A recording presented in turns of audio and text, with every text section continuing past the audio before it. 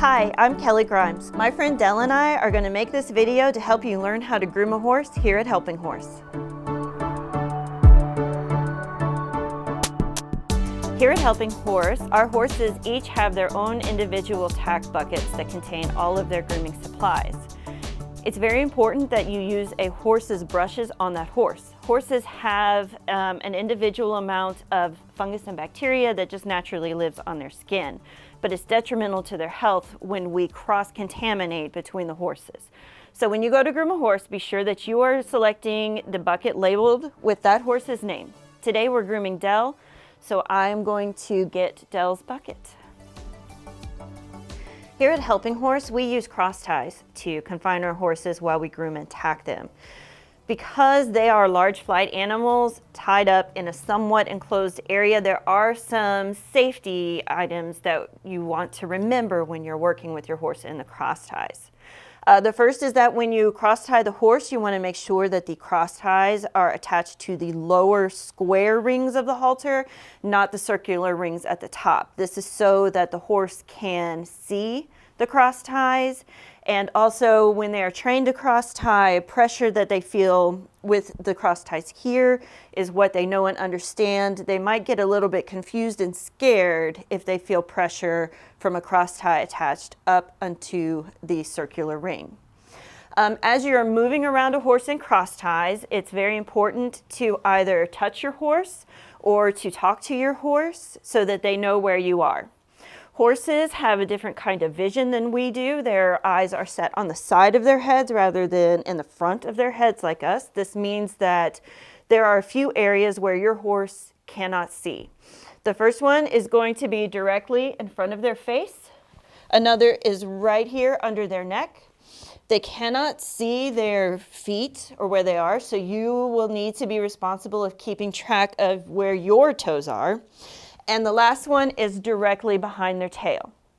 So as we move around the horse, they can see us most of the time, but if you're going to cross in any of those areas, it's always important to put a hand on the horse before walking behind them.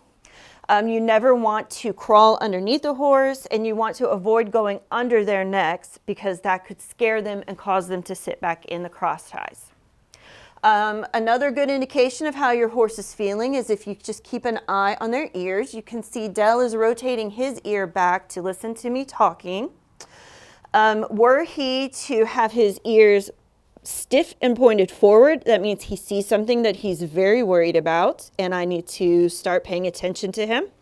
And also, if his ears are pinned flat back to his head and his nostrils are flared, he is very upset about something that is happening, and I need to get out of his space to avoid any bite or kick incidents.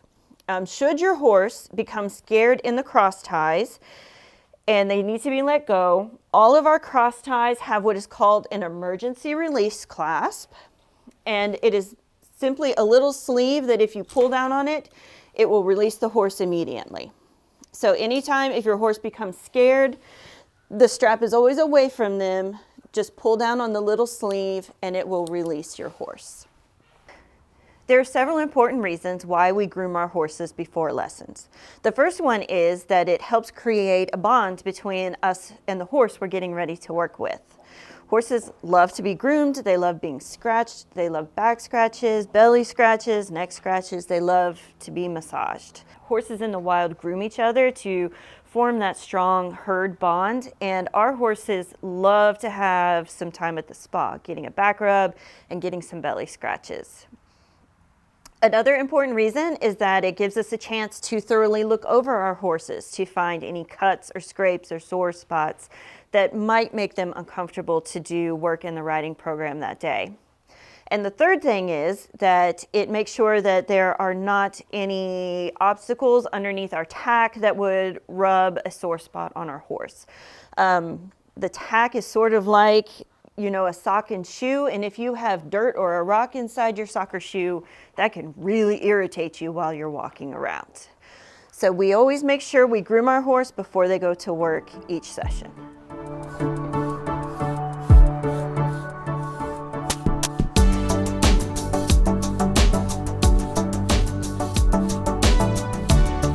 When we groom a horse, we want to start with the tools that take off the most amount of dirt and work our way down to the softer tools.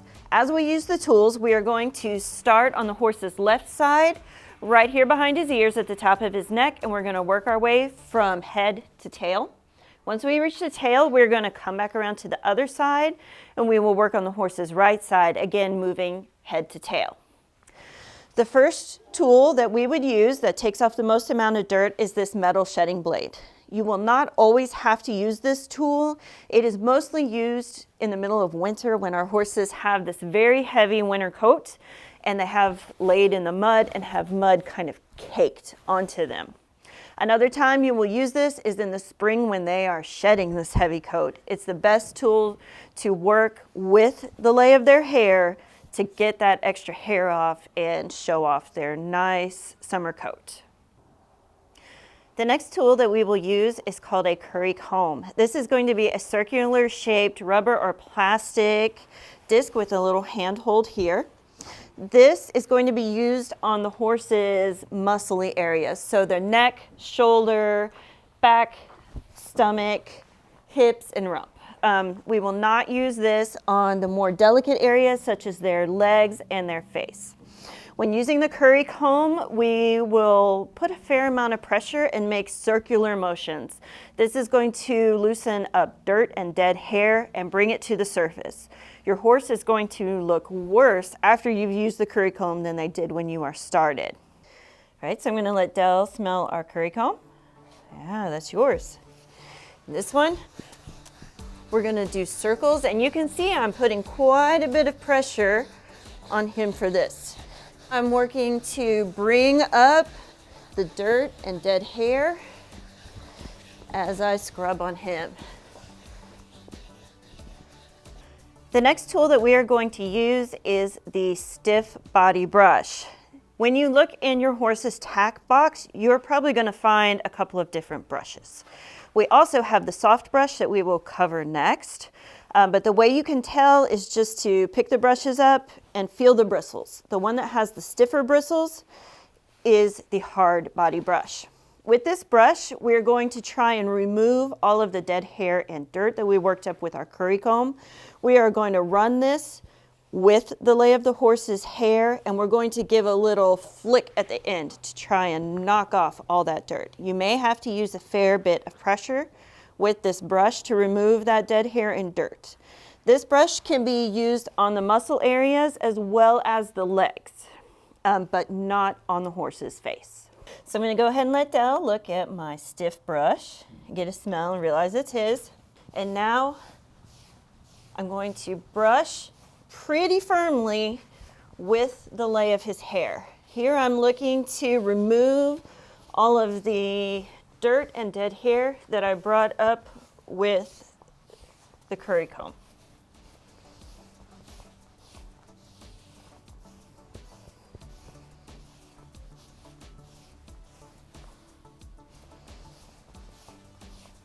The last tool that we will use on the horse's body is the soft brush that you determined earlier by trying it. This brush is just to knock off the last bit of dust laying on the horse's coat and bring out a little bit of a shine.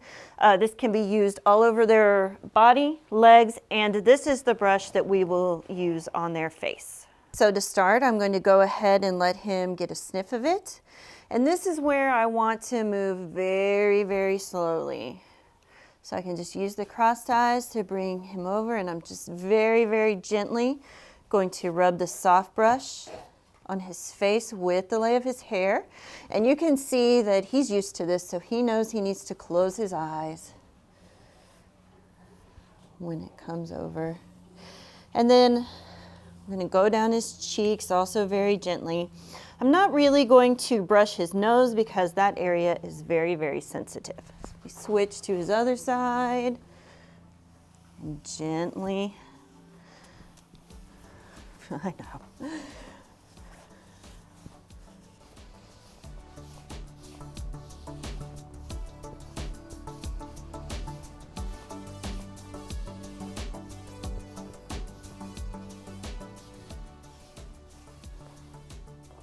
In your horse's tack box, you will also find a mane and tail brush and comb.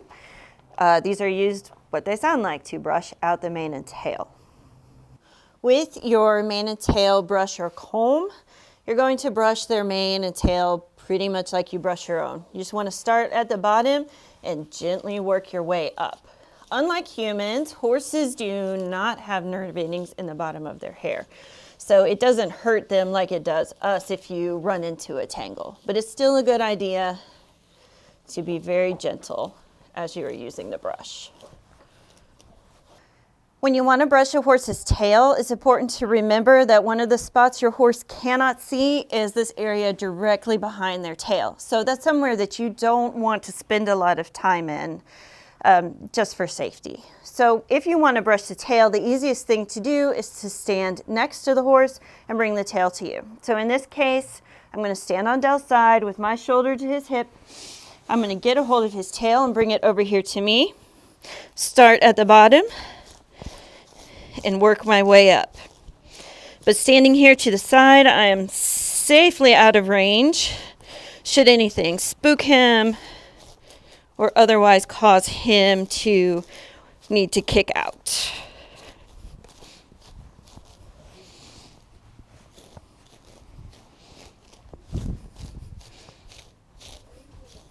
All of our horses' grooming kits contain a sweat scraper. They come in two different styles. One is squeegee style, and the other looks more like a stick with a little bit of a curve.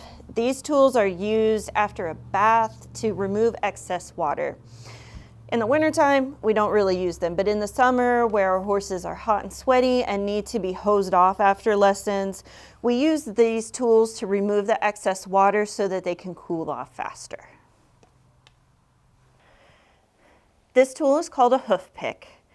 It's used to help clean out our horses' feet before we use them in lessons. As horses walk along, they can pick up stones in the crevices of their feet that can cause bruises. If we don't clean the foot out and allow air to get to it, especially in the winter when it's very muddy outside, they can develop a condition called thrush, which is a little bit like athlete's foot. We use the hoof pick as we groom to clear all the dirt and mud out of their feet, make sure there are no rocks, and that they are ready to go for their lessons. When I go to clean out my horse's hooves, I'm going to follow the same pattern where I'm going to start with his left front, left hind, then I'll move to the right front and right hind. I'm going to start by standing shoulder to shoulder with my horse, looking towards his tail, and I'm going to start running my hand down the back of his front leg, and I can put a little bit of a squeeze on his front hoof, and I'm going to wait for him to pick his foot up for me, and then I'm going to cup it in my hand and hold on. I want to make sure that I remain standing so that should he jerk his foot away, I can get out of the way quickly. As I'm cleaning out the hoof, you'll notice here in the middle is a triangular shaped piece. This right here is called the frog. That is the only area of the foot that has any feeling. As I'm removing this mud, I'm looking for any large rocks that might have caused any bruising. I'm just gently scraping it away so I don't see any. You can also use the brush side, and you can see as he's trying to take his foot away, I'm just gently holding on to it. I'm just looking for any signs of thrush, which I do not see. When I'm done cleaning out his foot, I will slowly lower it to the ground and he will put it down. For the rear hoof, I'm going to do essentially the same thing. I'm going to put my shoulder against his hip, looking here towards his tail. You can see he's anticipating what I'm about to ask him. Just going to gently run my hand down the back of his leg. He'll pick up his foot.